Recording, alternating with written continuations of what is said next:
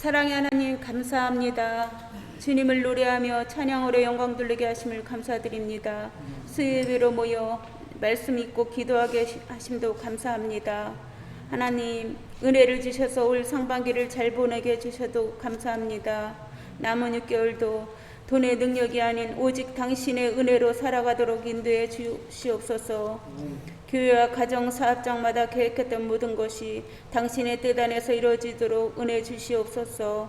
또한 남은 달 가운데 은혜를 주시고 이제 일상이 되어버린 코로나로부터 자유해지길 기도합니다. 코로나의 여파로 어려워진 모든 영역마다 정결케 하여 주시는 주님의 보혈로 새로워지는 역사가 있게 하여 주시옵소서. 교회 안에 연약한 지체들이 있습니다. 주의 위로와 치유하시는 능력으로 회복시켜 주시기를 기도합니다. 주님, 저희들 세상에 속했지만 그 속에 속해 있지 않고 하나님을 섬기며 행복하게 살아가게 하여 주시옵소서. 주의 자녀로서 주어지는 기쁨과 감사가 넘치게 하여 주시기를 소망합니다. 복된 시간으로 인도하시는 우리 주 예수님의 이름으로 기도드렸습니다. 아멘. 네, 하나님 말씀은 누가복음 10장입니다.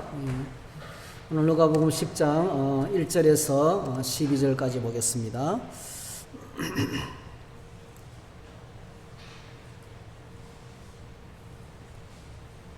네, 누가복음 10장 1절에서 12절까지입니다.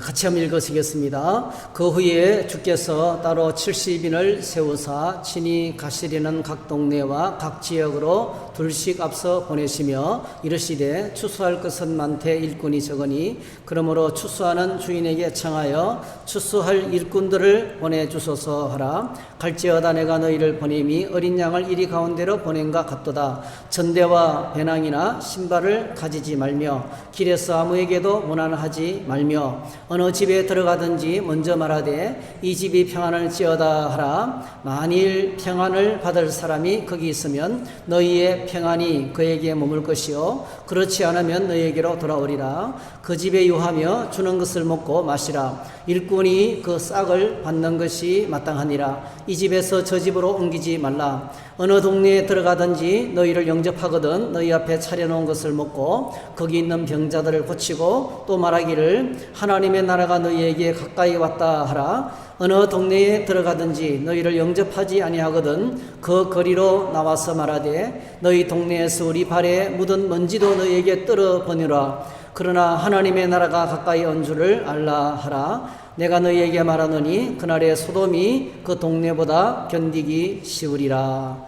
아멘.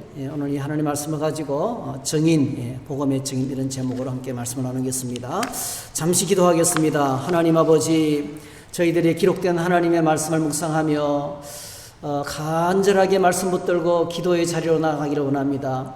오늘도 말씀 주시고 이 말씀 붙들고 하나님 보좌 앞에 나아가 담대히 구하며 간절하게 기도하는 이 저녁이 되게 해 주시옵소서. 함께 해 주시기를 소원하고 예수님의 이름으로 기도하옵나이다. 아멘. 여러분, 부산 제2영도교회 심선미 성도의 간증을 아마 들었을 거예요. 무당생활을 하다가 예수님을 만나는 과정을 우리가 오래전에 봤는데요. 너무 은혜스럽고 또 우리에게 좀 필요할 것 같아서 오늘 말씀과 좀 중요한 관계가 있는 것 같아서 여러분에게 좀 잠시 보여드릴게요. 유튜브에 가면 올라가 있는데요. 구, 전사, 퇴마를 고치고 또 제자도 키워나가는 그런 일을 했었죠. 집안 전체가 무속 집안이죠. 제가 먼저 시를 받고 그래서 26년간 그러니까 11월 달에 주님을 만나기 전까지 무속 생활을 해봤습니다.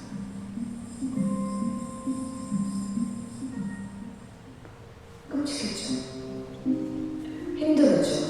도망도 다녀보기도 하고 이 무속 가기 싫어서 집에서 그럴 때마다 이 어김없이 저한테 이제 신벌이라고 하죠. 그걸 물치기도 하고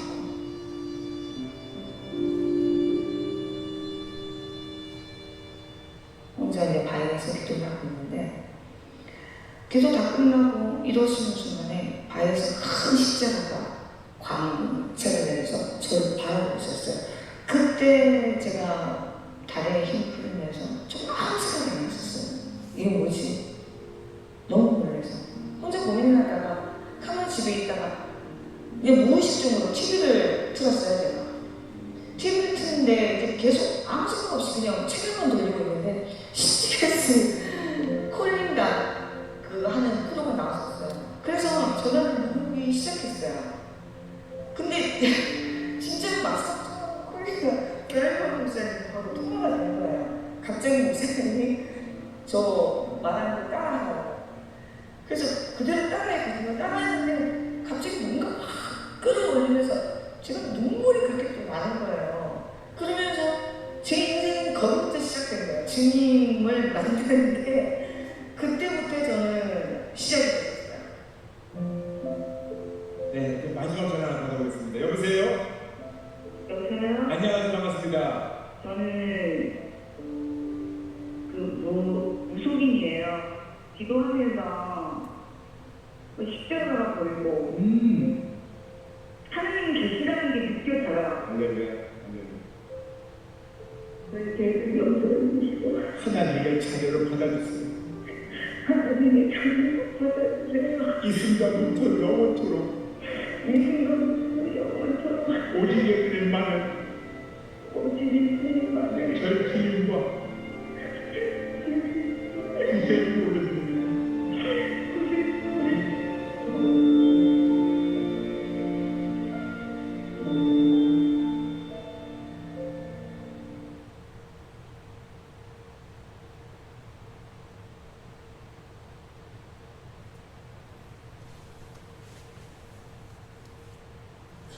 TBS 방송을 통해서 주님을 알게 변했어요. 완전 그 세계에 있었을 때는 정말 너무 칙칙하고 어두웠다면 같이 거룩해 진다는 느낌. 아름다웠어요. 그래서 너무 좋았어요. 너무 좋았어요. 너무 행복해.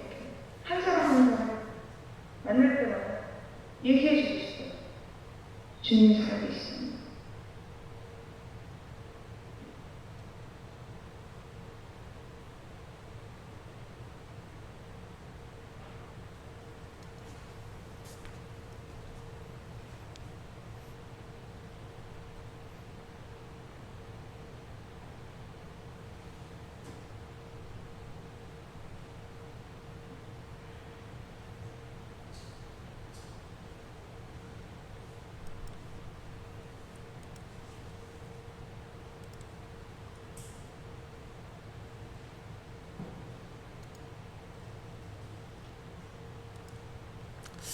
네, 한 사람이 예수 믿는 가정을 보면 논리적으로 이해가 안 될 때가 많습니다. 이게 이런 십자가가 나타나고 텔레비전 리모컨 가지고 그 텔레비전 채널을 돌리다가 우연히 시티에서 그 콜린갓이라는 그 프로그램을 이제 멈추게 되고, 그것도 이제 이 마지막 전화, 그 마지막 전화에 다이얼을 돌리는데도 다이얼이 이제 연결이 되고, 그리고 거기서 예수님 영접하고 믿고, 지금 지금 심선미 TV라 해가지고 이름 유튜브에 심선미 TV라고 치면 이분이 했던 여러 가지 영적인 세계, 자기가 무당들을 복음을 전하고 추도 예배가 얼마나 잘못됐는지 이런 것들을 계속 이제 영적인 세계에 대해서 설명을 하고 있어요. 상당히 도움이 많이 되는 그런 영적인 세계를 우리에게 실제로 소개해주고 있는 그런 귀한 사역을 지금 계속 하고 있고요. 참고로 영도교회는 이분은 제2영도교회 나가지만 지금 제가 전에 알기로는 9영도교회까지 개척을 했는데, 영도교회는 계속 교회가 교회를 낳는 교회예요. 그래서 1영도교회에서 지금 9영도교회까지 계속 교회가 개척되고 있는 그런 고신척 교회입니다. 상당히 바람직한 그런 멋있는 교회죠.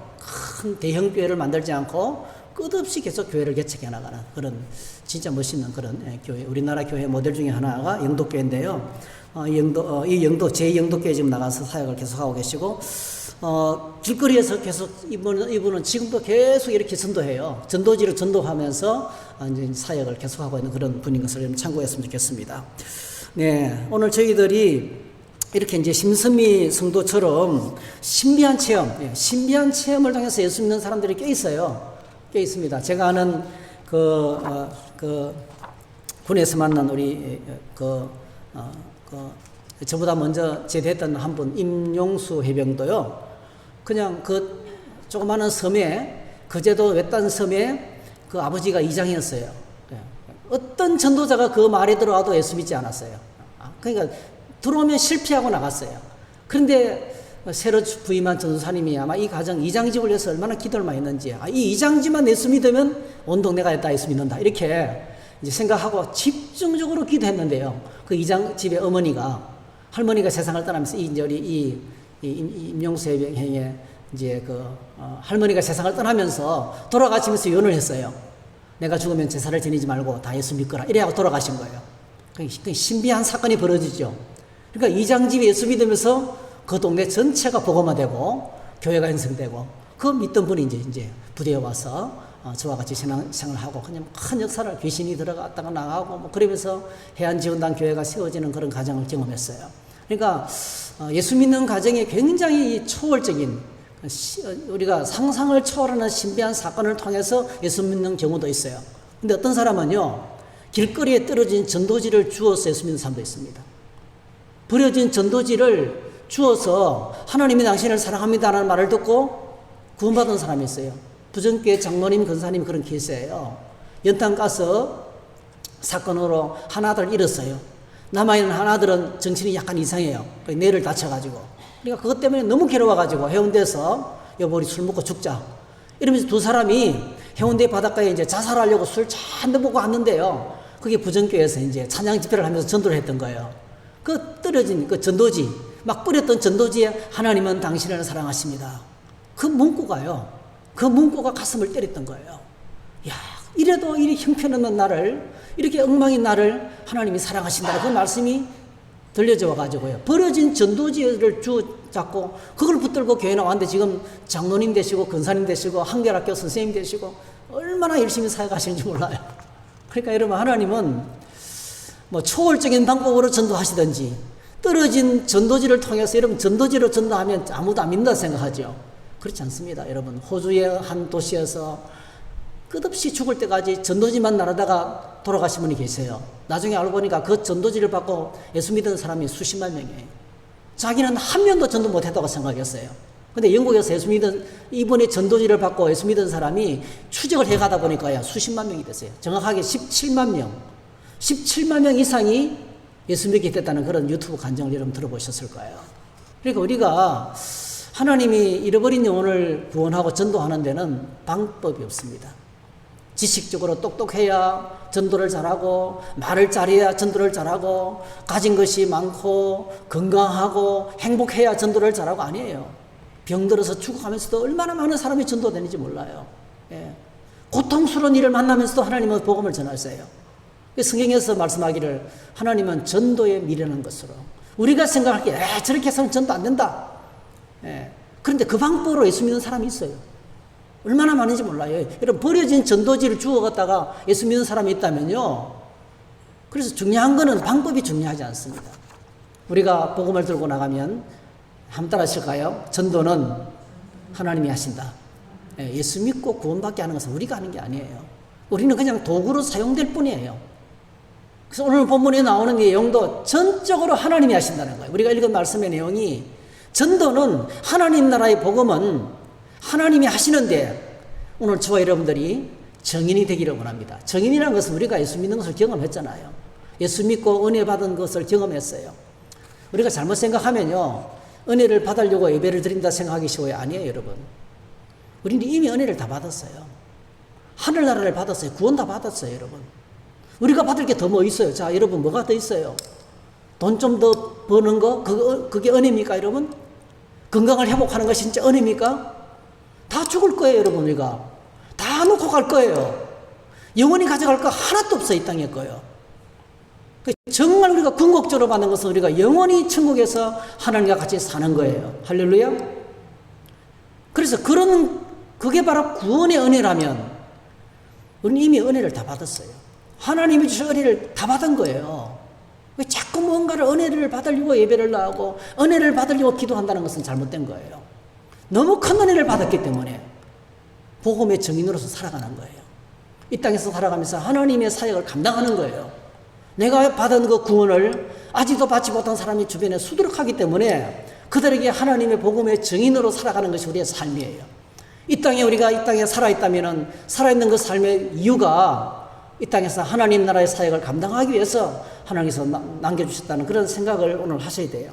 그래서 오늘 본문에 보면 예수님께서 우리에게 특별히 지금 이 누가복음 9장에서 예수님께서 예루살렘을 향해서 올라가고 계시죠. 예루살렘을 향해서 올라가시면서 뭐 어떤 일을 하셨습니까? 많은 일을 하셨지만 큰 두 가지 일이 있어요. 첫 번째가 12제자들을 파송했어요. 그러니까 예루살렘으로 올라가면서 이제 얼마 있지 않으면 십자가에 못 박아 죽였어요. 예수님에게 주어진 시간이 얼마 남지 않았어요. 여러분 오늘 저와 여러분들에게 살아있을 날이 뭐 한 달밖에 안 된다. 그럼 뭐 하겠어요? 뭐부터 하시겠어요? 오늘 예수님은 자신의 십자가를 앞에 놓고 오늘 누가복음 9장과 10장에서 누가복음 9장에서 하신 이 큰 일이 바로 뭡니까? 12제자를 파송하신 거예요. 그들에게 병을 고치고 귀신을 쫓아내는 능력을 주시면서 하나님 나라의 복음을 전하라고 이스라엘 여러 동네로 보냈습니다. 그리고 오늘 10장에서 70명의 사람들을 따로 또 형성해서 둘씩 짝을 지어서 하나님 나라의 복음을 전하게 하시어서 보내시는 거예요. 이를 예수님이 하셨어요. 그래서 예수님께서 성천을 앞두고 가장 중요하고 가장 핵심적인 사역을 소개하면서 12제자를 파송하시고 70인의 제자를 파송하신 일들을 지금 하고 계신 것을 보게 됩니다. 오늘 저와 여러분들이 이 땅을 살아가면서 우리가 해야 될 중요한 일들이 많이 있지만은요, 복음 전도의 중요성을 잊고 산다면 가장 큰 실수를 하는 거예요. 이런저런 핑계로 이런저런 이유로 복음을 전하지 않고 산다면 코로나 때문에 아니에요, 여러분. 얼마든지 방법이 수두룩합니다, 여러분. 복음을 전하지 않고 내 주변에 있는 믿지 않는 사람의 영혼의 구원에 관심 없이 살아가고 있다면 그는 엄청나게 큰 실수를 하시는 거예요. 삶에 살아야 될 이유를 잃어버리고 우리 삶의 가장 중요한 목적을 잃어버리고 그냥 사는 시간들입니다. 그냥 살아가는 시간들. 그냥 시간이 흐르고 있을 뿐이에요. 어떤 면에서는 산다고 할 수가 없어요. 목적을 잃어버린 인생은요, 산다고 할 수가 없습니다. 그냥 사는 거예요. 그냥 시간이 지나가고 있는 거예요. 그냥 연대기적인 시간이 그냥 지나가고 있는 거예요. 그래서 오늘 주님께서 우리에게 제일 먼저 이 예루살렘을 올라가면서 하시는 첫 번째 그러니까 중요한 사역 1절, 그의 주께서 따로 70인을 세우사 친히 가시리는 각 동네와 각 지역으로 둘씩 앞서 보내시며, 중요한 게 친히 가시리는 각 동네와 각 지역으로 먼저 보내는 거예요. 그 제자들을 70인의 제자들을 먼저 보내는 거예요.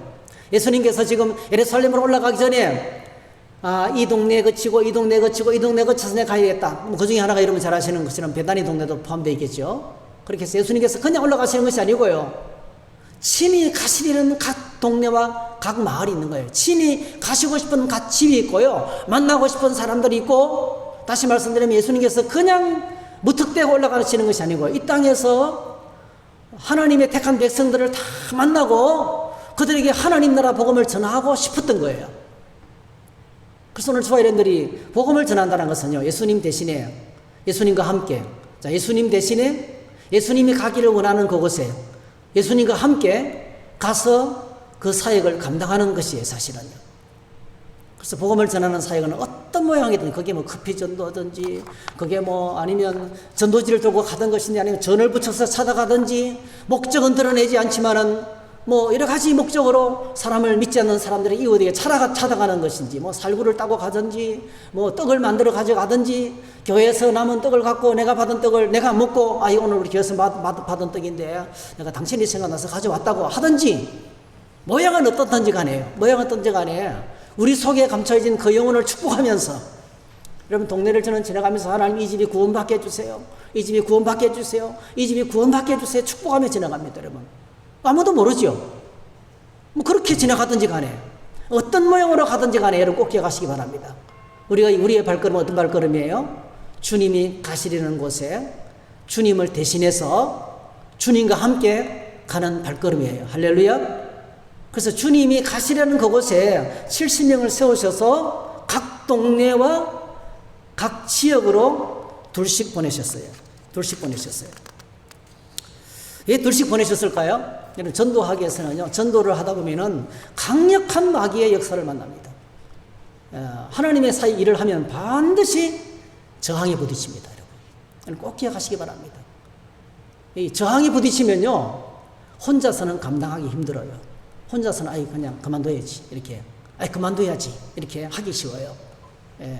혼자서는 약합니다, 여러분. 사람은 연약해요. 그래서 반드시 뭐죠? 한 사람은 풀이 주고 있는데 한 사람은 막 의지가 강해요. 그럼 뭐죠? 따라가게 돼 있어요. 따라가게 돼 있어요. 그래서 둘씩 하는 것은 뭐죠? 서로 격려하고, 서로 붙들어주고, 서로 지켜주고, 서로 보호해주는 그런 중요한 역할들을 하는 거죠. 그리고 또 하나는 유대인 사회의 특성상요, 한 사람의 증거는 힘이 없어요. 한 사람의 증거는 힘이 없습니다. 여러분, 오늘 저와 여러분들이 다 예수님의 복음의 증인이 되시기를 축복합니다. 박영원 목사도 예수님 만났대. 예? 권사님도 예수님 만났대. 집사님도 예수님 만났대. 그게 다 뭐죠? 다양한 케이스에서, 다양한 장소에서, 다양한 경우에 주님을 만난 간증을 하거든요. 그러면 공통적으로 뭐예요? 야, 주님이 지금 살아계시고, 이 문제에 대해서 내가 기도하면 주님은 응답하시고, 이 문제도 해결될 줄 믿습니다 하는 믿음이 생기는 거죠. 그래서 한 사람의 증거는 약해요. 두 사람의 증언이 필요한 거예요. 그래서 교회가 있는 것입니다. 성경에 보면 전도서 4장 9절에 이런 말씀이 있습니다. 두 사람이 한 사람보다 나으면 그들이 수고함으로 좋은 상을 얻을 것임이라. 혹시 그들이 넘어지면 하나가 그 동물을 붙들어 일으키려니와 홀로 있어 넘어지고 붙들어 일으킬 자가 없는 자에게는 화가 있으리라. 또 두 사람이 함께 누우면 따뜻하거니와 한 사람이면 어찌 따뜻하랴. 한 사람이면 패하겠거니와 두 사람이면 맞설 수 있나니 세 겹줄은 쉽게 끊어지지 아니하느니라. 또 신명기 19장 15절에 사람의 모든 악에 관하여 모든 죄에 관하여 한 증인으로만 정할 것이 아니요 두 증인의 입으로나 또는 세 증인의 입으로 그 사건을 확정할 것이며 그렇게 말했습니다. 그래서 오늘 저와 여러분들이 둘씩 다시 말씀드리면요, 하나님의 일은 혼자 하는 게 아닙니다. 하나님의 일은 혼자 하다 보면 나가 떨어집니다. 혼자 하다 보면은 지치고 나가 떨어지고 번아웃되고, 그리고 뭐야 이게 나 혼자 뭐야 이게, 다른 사람은 다 이렇게 그냥 아무것도 안 하는데 나 혼자 이렇게 진이 빠지도록 고통을 당할 이유가 뭐냐 이러면서 나가 떨어지는 거예요. 그래서 오늘 저와 여러분들의 교회는요, 함께 더불어 서로 손잡고 격려하고 예배드리고 기도하고 말씀 나누고 사역의 자리로 나가는 팀이 필요합니다. 히브리서 10장 24절 25절에 서로 돌아보아 사랑과 선행을 격려하며 모이기를 피하는 어떤 사람들의 습관과 같이 하지 말고 오직 권하여 그날이 가까움을 볼수록 더욱 그리하자 했어요. 말세가 되면 여러분, 뭐 코로나 상황을 이야기하고 있지만 이거는 말세 하나의 특징이에요. 말세의 특징은요, 극단적인 이기주의예요. 포스트 모더니즘은 딴 게 아니에요. 극단적인 이기주의예요. 내 인생에 사람들이 신경 쓰지 말라는 거예요. 나는 내대로 살겠다는 거예요. 간섭하지 말라는 거예요. 당신은 당신대로 그렇게 살고, 나는 이대로 살겠다는 거예요. 얼마나 무서운지 몰라요. 이게 시대적인 경향입니다. 마귀의 전략이죠. 사람들을 다 분리시키는 거예요. 관계를 다 끊어놓는 거예요. 그래서 복음이 전파되지 못하도록 하는 마귀의 강력한 전략인 겁니다. 그런데 여러분, 그날이 가까움을 볼수록, 마지막 때가 될수록 예수 믿는 사람들은 서로 돌아보아 서로 격려하고 서로 손잡고 함께 더불어 기도하고 함께 더불어 말씀의 자리로 나가고 함께 더불어 예배하는, 그리고 함께 더불어 일하는 이 사역을 더 힘써야 된다는 거죠. 더 힘써야 된다는 겁니다. 그래서 그래야만 우리가 이길 수 있다는 것입니다. 예수님께서 보냄을 받은 70명이 해야 될 제일 큰 일은 딴 게 아니었습니다. 복음 전하는 일이었습니다. 복음 전하는 일. 이런 복음 전파는 영적 추수 사역이에요. 2절 보시죠. 2절. 우리 2절 같이 한번 읽으시겠습니다. 시작. 이르시되 추수할 것은 많되 일꾼이 적으니 그러므로 추수하는 주인에게 청하여 추수할 일꾼들을 보내주소서 하라 했어요. 복음 전하는 것은 영적 추수입니다. 여러분. 영적 추수. 영적 추수는요, 이게 오늘 영적으로 추수해야 될 사람들이 많아요. 예수님께서 사마리아 사람들을 보고 보라 희어져 추수하게 되었도다. 여러분, 언제 사마리아 사람들이 주님께로 돌아왔어요? 예수님이 십자가에 죽으시고 부활하시고 성천하시고 성령이 오시고 성령 받은 초대교회 성도들 중에 한 사람인 빌립이 사마리아 성에 가서 복음을 전했을 때요, 온 사마리아 성이 주님께로 다 돌아왔어요. 할렐루야. 그게 바로 그건 거예요. 희어져 추수하게 되었도다. 성령 충만해서 나가서 외치기만 하면 막 돌아오는 거예요. 근데 예수님께서 추수할 일꾼이 없다는 거예요. 추수할 일꾼이 없기 때문에 추수할 일꾼을 보내달라고 기도하라는 거예요. 여러분, 그때나 지금이나 똑같습니다. 그때나 지금이나 똑같습니다. 적극적인 마음으로, 기쁜 마음으로 하나님의 사역을 감당하는 사람은 항상 소수입니다. 항상 소수입니다. 몇 명 되지 않아요. 하나님의 일에 끼어있는 사람이 몇 명 되지, 다 그냥 내 건강, 내 지식, 내 성공, 내 잘됨, 여기에 관심이 있잖아요. 그러니까 하나님의 이름을 이용해서 내 문제를 좀 해결받고 싶지. 사람들은 내 문제를 떠나서 주님, 나는 아무래도 괜찮습니다. 우리 가정은 아무래도 상관없습니다. 나의 오직 관심은 하나님 나라의 영광입니다. 하나님의 뜻이 하늘에서 이루어진 것처럼 이 땅에 이루어지는 것이 나의 소원입니다. 그러면서요, 하나님 나라를 구하고 하나님의 의를 구하는 사람은 적습니다.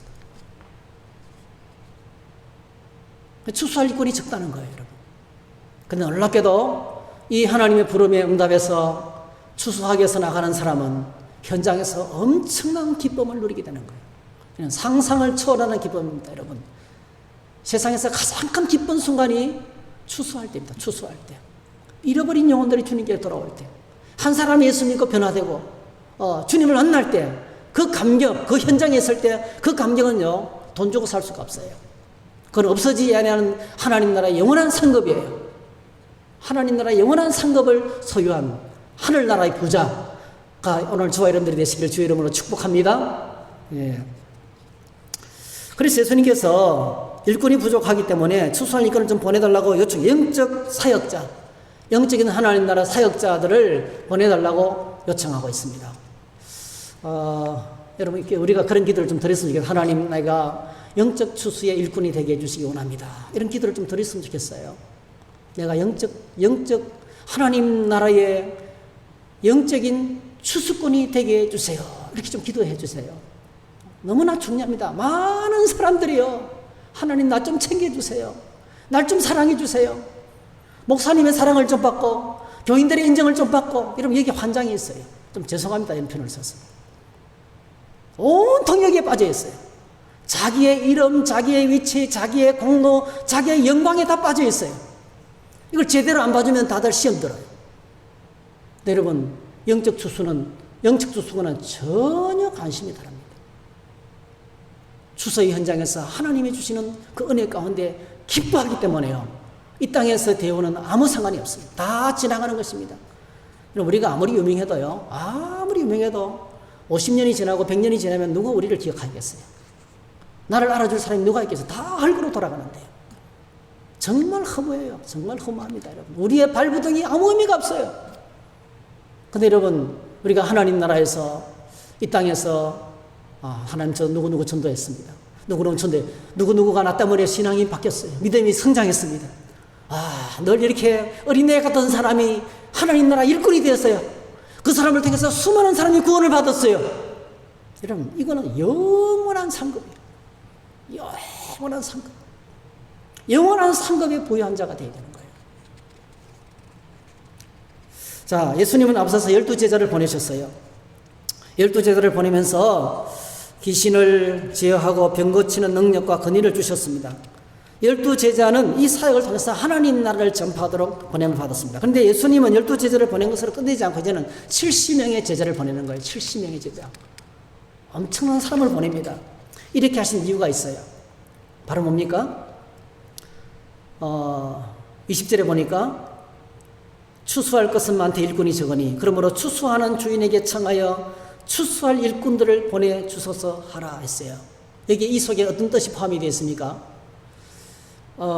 이게 여러분, 밭이 우리가 이제 저희들 주변에 청주에서 조금만 벗어나면 이런 경우 많이 보죠. 밭에 배추가 막 이렇게 아름드리 배추가 이렇게 막 있는데요, 가격은 제대로 안 나오고 이걸 이걸 수술을 해서 이걸 잘라서 상품화 시키기 위해서는 많은 인력이 필요한데 인력은 구할 수도 없고 그래서 어떻게 전세갑니까? 나중에 그냥 갈아엎어 버리잖아요. 농부가 그걸 갈아엎어 버린다고요. 추수할 일꾼이 없을 때 갈아엎어 버린다고요.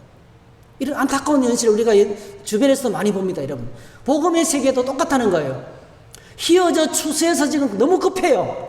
추수하는 시기를 놓치면 추수할 수가 없게 되는 거예요. 근데 일꾼이 작다는 겁니다. 이게 바로 뭡니까? 복음의 긴박성이에요. 너무 급하다는 거예요. 하나님, 예수님께서 너무 급한 거예요. 이 땅에 계실 난 얼마 되지 않았어요. 얼마 있지 않으면 십자가에 못 박혀 죽으셔요. 주님이 계시는 시간이 지금 째깍 줄어들고 있어요. 그런데 그분이 십자가에 죽으시고 부활하시고 성천하시고 성령이 오시기 전까지 온 이스라엘을 다니면서 하나님 나라 복음을 전해야 되는데 시간이 없는 거예요. 급한 거예요. 지금 급한 거예요. 그래서 뭐죠? 12명으로 안 되고 70명을 다시 모집해가지고 보내는 겁니다. 복음의 긴박성. 오늘 저와 여러분들이 하나님의 사람이라면 이 급한 마음이 우리 안에 있어야 돼요. 이 불이 우리 안에 있어야 돼요. 네? 내가 지금 이러고 있을 때가 아니야. 저는 지난 주간에 우리 복명부동산 하시는 거 이영훈 사장님, 제가 너무 후회스러워요. 그분이 살아있을 때 가서 전도했어야 되는데 커피는 들고 가서 좋은 관계는 유지했지만은 또 한 번 더 마지막에 그분이 아프다는 소식을 제가 들을 수만 있었더라면 찾아가서 복음을 전했을 거예요. 때를 딱 놓치고 나니까 2주 만에 딱 가니까 돌아가시고 안 계시는 거예요. 2주 만에. 긴박합니다, 여러분. 전해야 될 때 못 전하면 다시는 복음 전할 수 있는 기회가 없어지게 되고, 그리고 그 영혼이 늘 목사하고 가까이 지내고, 늘 목사와 가까이 지내면서 만나면 그냥 깊은 대화를 나누고 인생살이에 대해서 나누고 이웃에 대해서 나누고 친밀하게 나누는 사람인데 복음을 듣지 못하고 세상을 떠났다. 이게 얼마나 큰 불행한 사건이에요. 그러니까 복음은 긴박한 거라고요. 내 옆에 있던 사람이 언제 세상을 떠날지 모르고 내가 언제 세상을 떠날지 모르고 예수님이 언제 오실지 모르기 때문에 긴박한 거예요. 그래서 오늘 저와 여러분들에게 지내다 보면 주님이 하시겠지, 언젠가는 하시겠지. 아니에요. 어느 날 갑자기 종말이 옵니다. 어느 날 갑자기 내가 세상을 떠나든지 그 사람이 세상을 떠나든지 예수님이 언제 오실지 모르기 때문에 이 긴박한 마음을 가지셔야 된다는 겁니다. 그 다음에 두 번째로는요, 70명을 불렀다는 것은요, 여러분 70명은 엄청난 무리예요. 줄 서서 선발하지도 않고요, 선택하지도 않았어요. 그냥 70명을 무더기로 모집해가지고 둘씩 보내시는 거예요, 예수님께서. 이게 무슨 뜻입니까? 전도는 은사가 아니고 모든 주님의 제자가 감당해야 될 명령이라는 거예요. 특별히 부름받은 12제자만 한 게 아니에요. 어떤 사람은, 전도하는 사람은 특별한 사람만 한 줄 알아요. 말도 잘하고 많이 배웠고 지식 있는 사람만 복음을 전한다고 할 줄 알아요. 근데 그렇지 않습니다, 여러분. 전도는 은사가 아니고 목사만 하는 것도 아니고요, 전도사만 전도하는 것도 아니고요, 선교사만 전도하는 것도 아니고요, 은사를 받은 특별한 사람만 하는 것이 아니고요, 누구나 모든 사람이, 모든 신자가 감당해야 될 주님의 명령이라는 사실을 여기서 보여주고 있는 것입니다. 그래서 오늘 저와 여러분들이 하나님께서 우리를 이 마지막 때에 성령으로 기름 부어주시고 이 시대에 정인으로 세우셨는데, 오늘 저와 여러분들이 하나님의 거룩한 부르심에 응답해서 예수님의 정인으로 살아갈 수 있기를 주의 이름으로 축복합니다. 그리고 마지막으로 우리는 이 땅에서 해야 될 가장 큰 일이 하나님 나라 복음을 증거하는 일을 감당해야 됩니다. 우리가 외쳐야 될 것은 어떤 개인을 자랑하는 게 아니에요. SNS 보니까 어떤 목사님이, 좀 빽딱한 목사님이, 날카로운 목사님이 어느 큰 교회를 갔더니 거기는 온통 목사님의 업적만 자랑하는 걸로 막 난리 났다는 거예요. 좋은 면이 있어요. 어쨌든 간에 신자들은 목회자 자랑하고 목사는 신자들 자랑하고 좋은 게죠, 여러분. 왜냐하면 믿지 않는 사람들은요, 예수 믿지 않는 사람들은 하나님은 안 보여요. 그런데 하나님의 교회를 이루는 그 교회의 가장 중요한 것이 건물 자랑이 아니거든요. 시스템 자랑도 아니거든요. 교회를 자랑하라. 뭘 자랑하겠어요? 목사는 성도들을 자랑하고 성도는 목사를 자랑하면 좋은 거예요. 근데 그 목사님이 SNS에 글을 올렸어요. 엄청나게 장문에 글을 올렸어요. 도대체가 예수님은 어디 계시는지 인간만 자랑하는 교회로 됐다는 거예요, 여러분. 인간만 자랑하는 교회로 되었다는 거예요. 잘못됐죠, 인간만 자랑. 분명히 잘못됐어요. 근데 여러분, 교회는 힘을 합쳐서 한 가지를 자랑해야 돼요. 예수 그리스도를 자랑해야 되며. 할렐루야. 정말 예수 그리스도를 자랑해야 되고 예수 그리스도를 찬양해야 되고 그분의 이름을 높여드리는 것이 교회 공동체입니다, 여러분. 그게 진짜 교회 공동체예요. 여러분, 도슨 트로트맨이라는 사람을 잘 알 거예요. 내비게이터의 창시자고 제자훈련의 원조죠. 아마 이분의 영향력은 엄청날 거예요. 이분, 제가 생각할 때 도슨 트로트맨은 호수에서 물에 빠져 죽어가는 사람을 건지려다가 익사해서 세상을 떠났지만은 마지막에 천국에서는 엄청나게 큰 자리에 앉아 계실 줄 믿습니다. 근데 도슨 트로트맨이 실제로 처음부터 그렇게 대단한 사람이 아니었습니다. 이 도슨 트로트맨이 그 평생을 그 평생의 좌우명이 바로 겁니다. To know him and making him. making know 이렇게 했어요. 이게 이제 그를 알고 예수님을 알고 그분을 알게 하라. 그러니까 이 사람의 평생 모토가 평생 동안 주님을 알아가는 것이 자기 인생의 목적이었어요. 그리고 또 뭡니까? 예수 믿지 않는 많은 사람들에게 예수님을 알게 하는 것. 그러니까 내가 그분을 알아가고 그분을 알리는 것이 내 인생의 목적으로 삼았던 이분인데요. 고등학교 시절에 이 도슨 트로트맨은 정말 잘 나가는 학생이었습니다. 총학생회 회장을 했고요. 농구팀 주장을 했고요. 졸업식 고별사를 대표로 해서 읽는 사람이었습니다. 그런데 고등학교를 졸업하고 난 다음에 그는 완전 알코올 중독자가 됩니다. 날이면 날마다 술을 퍼마시는 거예요. 도박에 도박을 하다가 맨날 경찰서 붙들려가고 맨날 구치소에 갇히고 그 어느 날 술이 완전히 막 진탕이 돼가지고 자기 차를 찾는데 곁에 있는 자기 차를 못 찾는 거예요. 술이 얼마나 취했던지. 자기 자동차를 찾아서 막 절절 매는데 친절한 경찰관 한 사람이 이 도슨 트로트맨을 20살 때 가까이 와서 이렇게 이야기해요. 도와주면서 좀 많이 하니까 이 도슨 트로트맨이 내 차를 찾고 있다고. 당신 차 이거지 않냐고. 그러면서 한마디를 툭 던졌어요. 당신은 지금 이렇게 술 마시고 막 정말 신나게 살아가는데 당신은 당신의 삶에 만족하느냐고. 이렇게 질문을 던졌어요. 이 경찰관이 술을 잔뜩 먹었는데 이 도슨 트로트맨이 이 친절한 경찰관의 한마디 말에 충격을 받았어요. 당신은 당신의 삶에 지금 만족하고 있는, 이래 술 퍼마시면서 흥청망청 신나게 살아가고 있는데 지금 행복하냐고. 당신은 지금 행복하십니까? 이렇게 물었어요. 그러니까 도슨 트로트맨이 정신이 번쩍 들어가 이렇게 말했어요. 저도 이 삶에 진절머리가 납니다. 나도 이 삶을 그만두고 싶습니다. 근데 안 됩니다. 그랬어요. 근데 이 경찰관이 그때부터요, 이 친구를 교회 모임에 소개했어요. 그리고 도슨 트로트맨이 그때부터 어느 한 교회에 어떤 모임이냐면요, 성경 구절을 암송하는 모임에 하루에 일주일에 한 번씩 만나서 뭐 하냐면은 성경 구절 10구절 외우는, 일주일 만에 성경 구절을 10개 외우는 그런 뭐 교회 안에 모임이 있었던가 봐요. 그 모임에 나가기 시작했어요. 그 모임에. 그 놀랍게도요, 성경을 암송하기 시작하니까 그 속에 들어있는 성경 말씀이 그를 변화시키기 시작했어요. 어느 날 갑자기 도슨 트로트맨이 이렇게 고백했어요. 나는 예수님을 영접하는 것이 무슨 뜻인지 모르겠지만 지금 그분을 내가 모시고 싶다고. 그리고 예수님을 모시고 믿음으로 살기 시작했는데 그가 바로 누구예요?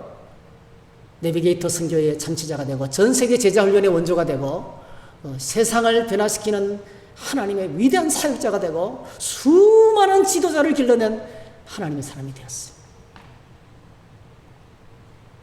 그가 예수 믿고 난 다음에 그 변화된 삶을 가지고 만나는 사람마다 복음을 전하고, 날마다 그분을 알아가고, 저녁에 친구들 데려놓고 모임을 하다가도요, 저녁 9시만 되면 놀다 가세요 하고 뭐죠? 자기는 침실에 올라가서 주무시는 거예요. 왜냐하면 내일 아침에 주님을 만나야 되기 때문에. 철저하게 말씀을 묵상하고 예수님을 알아가는데 자기 삶 전부를 드리고, 그리고 너무나 멋있게 인생을 살아가다가 천국에 갔습니다. 그게 오늘 저와 여러분들의 삶이에요. 우리는 하나님 나라를 선포하는 증인을 이 땅에서 세웠습니다. 그래서 복음은 죽은 영혼을 살리시고, 복음은 도슨 트로트맨을 살려고, 또 복음 앞에 굴복한 사람은 복음의 증인이 됩니다. 그래서 오늘 저와 여러분들이 해야 될 일이 있어요. 때를 얻든지 못 얻든지 복음을 전하라. 디모데후서 4장에 주님께서 말씀하시는데 모든 상황에서 복음을 전하는 증인이 되어야 됩니다. 자, 증인의 삶은 기쁨도 있지만 고난이 많아요. 10장 3절 갈지어다 내가 너희를 보내며 어린 양을 이리 가운데로 보낸 것 같도다. 우리가 살아가는 세상은 어린 양이 덕실거립니다. 어린 양이, 우리는 어린 양 같은 존재인데 우리가 가는 세상은 이리가 덕실됩니다. 무서운 이 마귀의 사탄의 방해가 강력한 곳이에요. 너무나 위험천만한 곳. 그래서 이런저런 고난이 많습니다. 근데 여러분, 이 위험천만한 세상에서 우리가 복음을 전하는데 주님이 전략을 주셨어요. 그게 바로 뭡니까? 4절입니다. 4절. 전대나 배낭이나 신발을 가지지 말며 길에서 아무에게도 문안하지 말며 어느 집에 들어가든지 먼저 말하되 이 집이 평안할지어다 하라 했어요. 이게 전략이에요. 이 위험천만한 세상에서 하나님의 복음을 전하는 전략 첫 번째 4절. 전대나 배낭이나 신발을 가지고 여행을 위해서 준비하지 말라는 거예요. 다시 말씀드리면 뭐예요? 하나님께서 모든 일을 복음을 전할 때 하나님이 전적으로 우리를 먹여주시고 입혀주시고 재워주시고 인도해 주신다는 거예요. 철저하게 하나님을 믿으라는 거예요. 인간적인 준비하지 말라는 거예요. 무조건 하나님을 100% 믿으라는 거예요. 믿음으로 선교하라는 거죠. 믿음으로 전도하라는 겁니다. 그 다음에 두 번째, 어느 집에 들어가든지 제일 먼저 이 집이 평안할지어다 축복하라는 거죠. 제일 먼저 이 집이 평안할지어다. 손을 주어이런 우리는요 꼭 기억하시대요. 한번 따라합시다. 나는 제사장이다. 제사장이 하는 제일 큰 일은 축복하는 거예요. 사람들마다 축복하세요. 여러분 제발 좀 축복하는 사역을 하세요. 비판하고 판단하고 저주하고 소문내고 깔아내리고 좀 그만두세요. 예? 그건 제사장 사역이 아니에요. 예? 아무리 부족한 사람이라 할지라도 축복하세요. 우리에게 주어진 직분은 축복하는 사역입니다. 여러분 축복자입니다. 예수님께서 뭐라고 말씀하셨어요? 너희 원수를 축복하라 그랬어요. 네. 원수까지도 축복하라는 거예요. 오늘 우리에게 주어진 사역은 축복하는 사역입니다. 그래서 여러분 전도하러 사람들을 만날 때 아무리 함상구전 사람이라 할지라도 아유 선생님 만나니까 인상이 너무 좋으십니다. 그러면 인상이 딱 펴져요. 제가 경험했어요. 아무리 까다로운 사람이라도요. 아이고 오늘 처음 뵀는데 선생님 같은 분은 제가 처음 만납니다. 왜 이렇게 얼굴이 좋으세요? 평안하세요? 그러면요 인상이 확 펴져요. 경계심이 탁 낮춰져요. 먼저 축복하라는 거예요. 전적으로 하나님을 의지하고 그 다음에 뭐죠? 축복하라는 거예요. 그 다음에 5절 6절 그 사람이 내가 받은 평안을 거절하면 그 평안이 내게로 돌아온다는 거예요. 그래서 어떤 선교단체에서는 이렇게 가르칩니다. 아싸 내 복이다 이렇게 가르칩니다. 아싸 내 복이다. 누군가 거절당하면 아싸 내 복이다. 내가 복 축복했는데 상대방이 거절하잖아요. 그러면 그 복이 내게로 돌아오는 거예요. 그러니까 거절당하는 것도 할렐루야. 거절당하는 것도 감사한 거예요. 거절하면 내가 축복했는데 거절하잖아요. 그 복이 내게로 돌아온대요. 그러니까 어떤 거절을 당하고 어떤 독을 마셔도 뭐죠? 상처받지 말라는 거예요. 이거는 상처받지 말라는 것입니다. 그 다음에 주신 전략이 뭐예요? 7절 이 집에서 저 집으로 옮기지 말라는 거예요. 하나님이 그 집에서 먹을 걸 주면 그냥 하나님이 주신 걸로 생각하고 기쁘게 받아먹고 좀 더 나은 집, 좀 더 시설이 좋은 집, 좀 더 대우가 좋은 것으로 옮기지 말라는 거예요. 하나님이 보내신 곳에 주구장창 끝까지 머물라는 거예요. 인간적으로 눈치를 살피면서 야 이렇게 해서 이렇게 해가지고 내가 성공해야지 그런 전략을 세우지 말라는 거예요. 하나님이 그곳에 보내시면 끝까지 그곳에 머물면서 그 집을 중심으로 사방에 복음을 전하라는 거예요. 그러니까 인간적이지 되지 말라는 거예요. 인간적이지 되지 말라는 겁니다. 그리고 여러분 거절하면 사람들이 동네에 들어가는 것을 들어갈 때 사람들이 우리를 거절하면 11절 발에 묻은 먼지를 떨어버리면서 경고하라는 거예요. 하나님이 보내신 사자를 거절한 여러분들은 하나님이 여러분들을 발에 먼지를 떨어뜨리는 것처럼 지옥으로 떨어지게 할 것이라는 예수 믿지 않으면 멸망한다는 거예요. 예수 믿지 않으면 소망이 없다는 거예요. 분명히 예수 믿으면 구원이지만 믿지 않으면 소망이 없다는 것을 분명히 하라는 거예요. 예수님을 믿으면 멸망치 않고 멸망하지 않으려면 믿어야 된다. 경고성 메시지를 전하라고 이렇게 말씀하고 있습니다.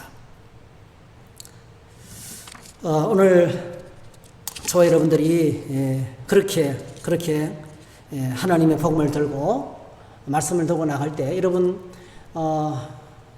선지자 요나가 그렇게 죽도록 시리던 니느웨에 가서 복음을 전했죠. 죽은 생쥐 같은 사람이 물에 빠져 죽었다가 사흘 만에 다시 돌아와가지고 복음을 외쳤는데, 하기 싫은 걸 외쳤는데 어떻게 됐습니까? 온 니느웨 성 사람들이 다 회개하고 주님께로 돌아왔어요.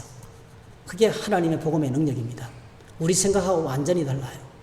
그래서 이 복음의 정인이 되는 것은 오늘 저와 여러분들이 하나님께 전적으로 맡기고 하나님의 방법으로 나는 도구로 쓰임 받는다는 생각을 가지고 가는 곳마다 만나는 사람마다 예수님을 전하고 복음을 전할 때 반드시 하나님 소리를 사용하셔서 영적 주수꾼으로 삼으시고 그리고 세상이 줄 수 없는 큰 기쁨을 우리에게 맛보게 하실 줄로 믿습니다. 할렐루야.